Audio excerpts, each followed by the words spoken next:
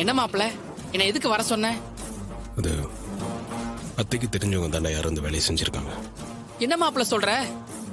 அத்தைக்கு தெரிஞ்சவங்கன்னா இங்க ரேவதி சிஸ்டர் மட்டும்தான். டேய், ரேவதி ஏன்டா அதெல்லாம் பண்ண போறா? அதுவும் சரிதான். ரேவதி சிஸ்டர் நம்ம வீட்டு புள்ள. அவங்க இந்த மாதிரி எல்லாம் பண்றதுக்கு வாய்ப்பு இல்ல. எதை வச்சு மாப்பிள நீ அத்தையோட ஆளுங்க நம்ம ஆபீஸ்ல இருக்காங்கன்னு சொல்ற? முதல்ல ரேவதியோட ஃபைல்ல இந்த லெட்டரை வச்சாங்க. அதுக்கப்புறம் ரேவதியோட ஃபைலையே மாத்தி வச்சுட்டாங்க. இதெல்லாம் இங்க இருக்கிறவங்க யாரோ தாண்டா பண்ணிட்டு இருக்காங்க. ஆமா மாப்பிள, நீ சொல்ற மாதிரி யாரோ ஒரு கள்ள பெருச்சாலி நம்ம ஆபீஸ்க்குள்ள இருக்கு. வேணும்னா நம்ம எல்லாரையும் கூப்பிட்டு விசாரிக்கலாமா? ஏய், அப்படிலாம் பண்ண முடியாதுடா.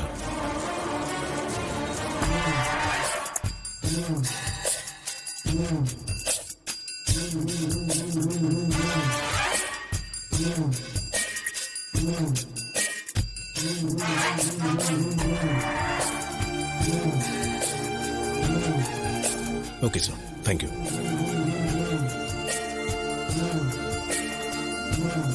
லிஃப்ட் ஒயரை கட் பண்ணும்போது அதுல அவங்க கைரேகைப்பட்டிருக்கோம்ல, அதை வச்சு எதனா கிடைக்குதான்னு ட்ரை பண்ணி பார்ப்போம். ஆனா மாப்பிள, அந்த மெக்கானிக் வந்து வேலை செஞ்சானே, அவன் கைரேகையும் அதுல இருக்குமே. ஏய், அது எனக்கு தெரியாதா? நம்ம ஆபீஸ்ல இருக்கிறவங்களோட கைரேகை அதுல மேட்ச் ஆகுதுன்னு தான் பார்க்கணும். ஆமா மாப்பிள, இப்ப எல்லா கைரேகையும் எப்படி வாங்குறது? பேசாம எல்லாருக்கும் ஆதார் கார்டு ஃப்ரீயா எடுத்து தரோன்னு கைரேகையை வாங்கிடலாமா? ஏய், ஏன்டா? சாரி மாப்பிள, சாரி, வேணாம் விட்டுரு மாப்பிள. ஆபீஸ்ல பயோமெட்ரிக் வைக்க போறோம். அதுக்கு உங்க எல்லாரோட கைரேகையும் ரெஜிஸ்டர் பண்ணணும்னு சொல்லு. யாருக்கும் எந்த சந்தேகமும் வராது. சூப்பர் மாப்பிள, இது நல்ல ஐடியா.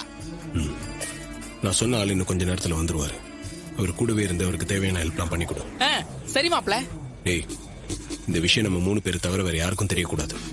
அப்படி தெரிஞ்சதுன்னா இங்க இருக்கிற அத்தையோட ஆளு உஷாராயிடுவாங்க. மாப்பிள, அதெல்லாம் யாருக்கும் தெரியாம நான் பாத்துக்கிறேன். நீ இதை ஃப்ரீயா விடு.